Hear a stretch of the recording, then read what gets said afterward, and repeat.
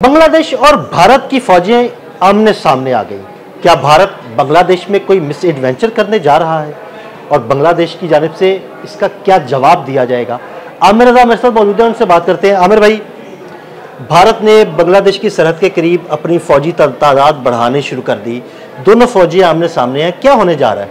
देखिए, सबसे पहली बात तो यह है कि अपने मशरक से मार खाने के बाद भारत ने मगरब की तरफ मुँह कर लिया। यानी अगर ये कहा जाए कि जंग मई में उसको जो शिकस्त हुई उसका बदला लेने के लिए या उस पर जो इस वक्त फ़ौज का मोराल डाउन है उसको अप करने के लिए उसको शायद नज़र आया कि बांग्लादेश एक कमज़ोर मुल्क है, फ़ौजी लिहाज से बात कर रहा हूँ, कमज़ोर मुल्क है, तो वहाँ पर दबाव बढ़ाया जाए।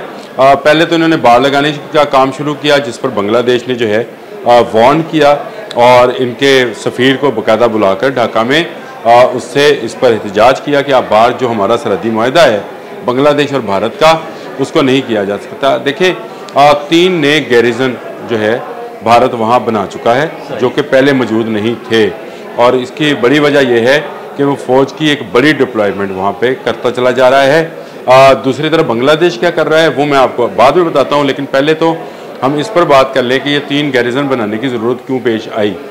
देखें, जो इसकी शुमाल मगरबी रियासतें हैं इंडिया की, उनको जो एक रास्ता जाता है जिसको चिकन नेट, जिस पर आपने भी किया था, और जिसको सिलगोरी के पास कहते हैं, ये एक बिल्कुल बारीक सी पट्टी है जो कि इसको शुमाल मगरब की तरफ जो सूबे हैं जिनमें असम है, मेरा ख्याल असम है, और मेघालय है, त्रिपुरा है और मिजोरम है, ये 4 रियासतें जो हैं, नागालैंड भी उधर है, 7 रियासतें हैं। हाँ, वो 7 रियासतें उस तरफ हैं। उसको जोड़ने वाला एक रास्ता है सिर्फ, जिसके साथ बांग्लादेश की सरहद लगती है। और आमिर भाई, ये वही 7 रियासतें हैं जहाँ पर आज़ादी की तहरीकें भी चल रही हैं और किसी वक्त भी इन्होंने अलग हो जाना है। बिल्कुल अलग स्टोरी है। लेकिन इस वक्त बांग्लादेश के साथ क्या हो रहा है, लाल मीनार एक एयर बेस है जो कि दूसरी जंग अज़ीम में बनाई गई थी, ये बंद रही है और ये बिल्कुल उस सिलगोरी पास के करीब मौजूद है। यानी यहाँ से सिर्फ अगर जहाज उड़े तो 2-4 मिनट के अंदर या 1.5 मिनट के अंदर वो भारत के अंदर होगा। अब हुआ ये कि जब ऑपरेशन ये जंग मई में मार खाई इन्होंने, और उसके बाद इन्होंने सोचा कि शायद अपनी फ़ौज का मोराल बुलंद करने के लिए हम बांग्लादेश पर दबाव बढ़ाते हैं ताकि किसी तरीके से जो मोदी सोच है उसको लोगों पर मुसल्लत करने के लिए पाकिस्तान में सही तो साबका पाकिस्तान यानी अब बांग्लादेश पर हम दबाव बढ़ाएं, और इन्होंने अपनी फ़ौजें बढ़ानी शुरू की। जब ये मामलात चीन की नज़र में आए, क्योंकि चीन का भी इस इलाके पर इंटरेस्ट है जो कि होना भी चाहिए, और चीन तो इस बहुत सारा यहाँ का इलाका जो है ना वो क्लेम करता है कि हमारा है। ये बहुत सारा इलाका उन 7 रियासतों में से करता है।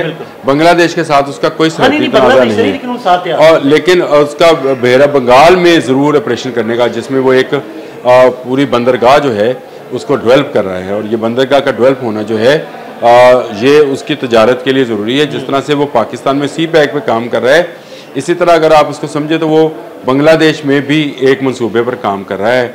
अब जब भारत ने यहाँ पर नई छावनियाँ बनाने का आगाज़ किया तो चाइनीज़ जो थे वो कहाँ चुप रहने वाले थे, लिहाजा उन्होंने क्या किया, उन्होंने लाल मीनार में एक नया कंट्रोल सेंटर बना लिया। जी बिल्कुल बिल्कुल। और इस एयरबेस पर J-10C का इंफ्रास्ट्रक्चर जो है वो तमीर किया जा रहा है। यानी उसके लिए हैंगर्स, उसके लिए सिस्टम्स, उसके लिए कंप्यूटर्स, उसके लिए जो ज़रूरी आलात या रडार्स या जो भी सिक्योरिटी के मामलात हैं उनको मुकम्मल किया जा रहा है। ये भारत के लिए जो है ख़तरे की घंटी है। भारत जितनी मर्जी फ़ौज ले आए, 3 छोड़ 15 गैरिजन बना ले, जब जहाज़ ने ऊपर से आना है उसने तो रुकना नहीं है। आपने थोड़ा नरम लफ्ज़ इस्तेमाल किया, ख़तरे की घंटी। ये भारत की मौत है, मशरिक की सरहद पे भी और मगरिब की सरहद पे भी, इधर भी J-10C और बांग्लादेश में भी J-10C। देखिए, बात समझे कि चाइना जो है वो अपने कारोबारी मामलात को तहफ़्फ़ुज़ देना जानता है, तो मैंने इसलिए ये लफ्ज़ इस्तेमाल किया था कि उन्होंने पूरा कंट्रोल सेंटर बना लिया है, और इस पर चाइनीज़ जो आर्मी है उसके एक बड़े वफद ने वहाँ का दौरा भी कर लिया है, और उस एयर बेस को जो है मज़ीद बढ़ाया भी जा रहा है। यानी उसको मज़ीद एक्सटेंड किया जा रहा है, उसको नई शक्ल दी जा रही है।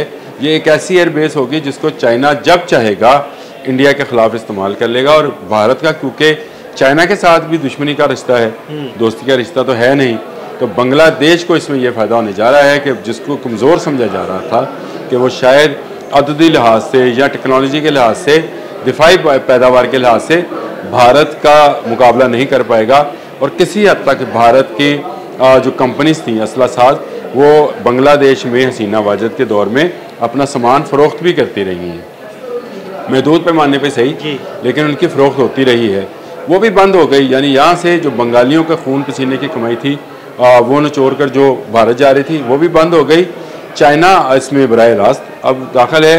अब अगर आप इस बात को समझें कि अगर हमला होता है तो लाल मीनार पे किसका कंट्रोल होगा? चीन का। हमला किस पर समझा जाएगा? चीन का। तो बांग्लादेश ने इस एक मुआहदे के तहत, यानी एक एयर बेस को इस्तेमाल करने के लिए, डेवलप करने के लिए जो ठेका दिया चाइनीज़ को, वो पूरे इंडिया के लिए काफ़ी है। और जब जाएंगे ये जो छोटी सी लाइन है इसको काट दिया जाएगा, 7 रियासतें तो उसी वक्त बिल्कुल ज़मीनी रास्ता कट जाएगा, और ज़मीनी रास्ता बिल्कुल कट जाएगा। और ये आप खुद ही बता चुके इसी व्लॉग के अंदर कि चाइना का इन रियासतों के बहुत सारे इलाकों में, क्योंकि इनकी सरहदें सारी चीन और बांग्लादेश के साथ मिलती हैं, और किसी की 368 किलोमीटर की सरहद है, किसी की 282 किलोमीटर सरहद है। तो बांग्लादेश का भी जो है ना वो क्लेम है, मैं यही कह रहा हूँ, असम के इलाकों पे है, बांग्लादेश का भी क्लेम है। तो इस तरह से अब हमारा वो साबका मशरकी पाकिस्तान जो बांग्लादेश बन चुका है, महफूज हाथों में है। इसलिए अल्लाह का जो है फजल तो अपनी जगह पे है और वो उन पर मौजूद है, तो ज़मीनी ताकतें उनके साथ आ खड़ी हुई हैं। तो मैं ये समझता हूँ कि भारत के लिए ये बिल्कुल एक चुनौती है। भारत अपनी फ़ौजें बढ़ा रहा था, एक तरह से अपनी फ़ौज का और आवाम का मोराल बुलंद करने के लिए शायद धमकाना चाहता था, लेकिन अल्लाह ने मदद फरमाई और चीन को इस एयरबेस पर ला बैठाया, और उस बंदरगाह की डेवलपमेंट से बांग्लादेश की आवाम भी तरक्की करेगी, यानी वहाँ का बिजनेस भी जो है वो फ्लरिश होगा, जो इससे पहले सिर्फ भारत के रास्ते हो रहा था। और इसमें कमाई कौन कर रहा था? भारत कमा रहा था, और बेचारे ये जो थे बंगाली, ये पिस रहे थे, और दुनिया को ये दिखाया जा रहा था, वो सीन दिखाया जा रहा था जो कि भारत भी दिखाता है कि हमारी मईशत बहुत ऊपर जा रही है। हालांकि ये सारा झूठ है, किसी दिन इस झूठ का भी हम तिया पंचा ज़रूर करेंगे। बांग्लादेश के अवाम जो हैं वो वाकई में उस तरह से काबिल नहीं हुए अभी तक कि अपना दिफा भी खुद से कर सकें। उनकी फ़ौज उतनी मजबूत नहीं है, उनकी दिफाई इंडस्ट्री उस काबिल नहीं हुई कि वो अपने जहाज़, टैंक और मिसाइल्स बना सके। उनके पास तो जो जहाज़ मौजूद हैं या टैंक मौजूद है वो भी पुराने हैं, पुरानी जनरेशन के। उनको ज़रूरत नहीं थी, उनकी 2 सरहदें थी, चीन के साथ है और इंडिया के साथ है। अब चीन के साथ उनका मामला जो थे पहले भी कभी ख़राब नहीं रहे, अभी नहीं है। इंडिया के साथ उनके मामला हसीना वाजिद की वजह से, क्योंकि इंडिया की तो पहली रियासत बनी हुई थी बांग्लादेश, अब वो ख़त्म हुई है, तो भारत को वहाँ पे 3 नए गैरिजन बनाने का जो ख्याल आया। मैं 3 नए गैरिजन के नाम ना आपको बता दूँ। ये सलगोरी कॉरिडोर के करीब इन्होंने बनाए हैं जी।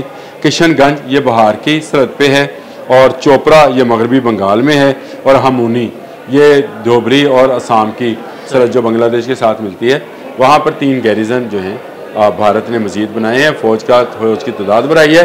दूसरी तरफ बांग्लादेश ने भी अपनी उन सरहदों पर जो भारत के साथ लगती हैं, वहाँ न सिर्फ फ़ौज की तादाद में इजाफा किया है, बल्कि लाल मीनार जो उनकी एयर बेस है वहाँ पर चाइनीज़ कंट्रोल रूम भी बना। बहुत शुक्रिया आमिर भाई जी। बिल्कुल, आमिर रज़ा ने बड़ी तफसील के साथ आपको भारत और बांग्लादेश के दरमियान जारी इस तनाज़े की सूरत-ए-हाल के बारे में आगाह किया, और ये भी बताया कि अब वहाँ पर चाइना का किरदार क्या होगा। अदील अहमद और आमिर रज़ा को इजाज़त दीजिएगा। अल्लाह हाफ़िज़।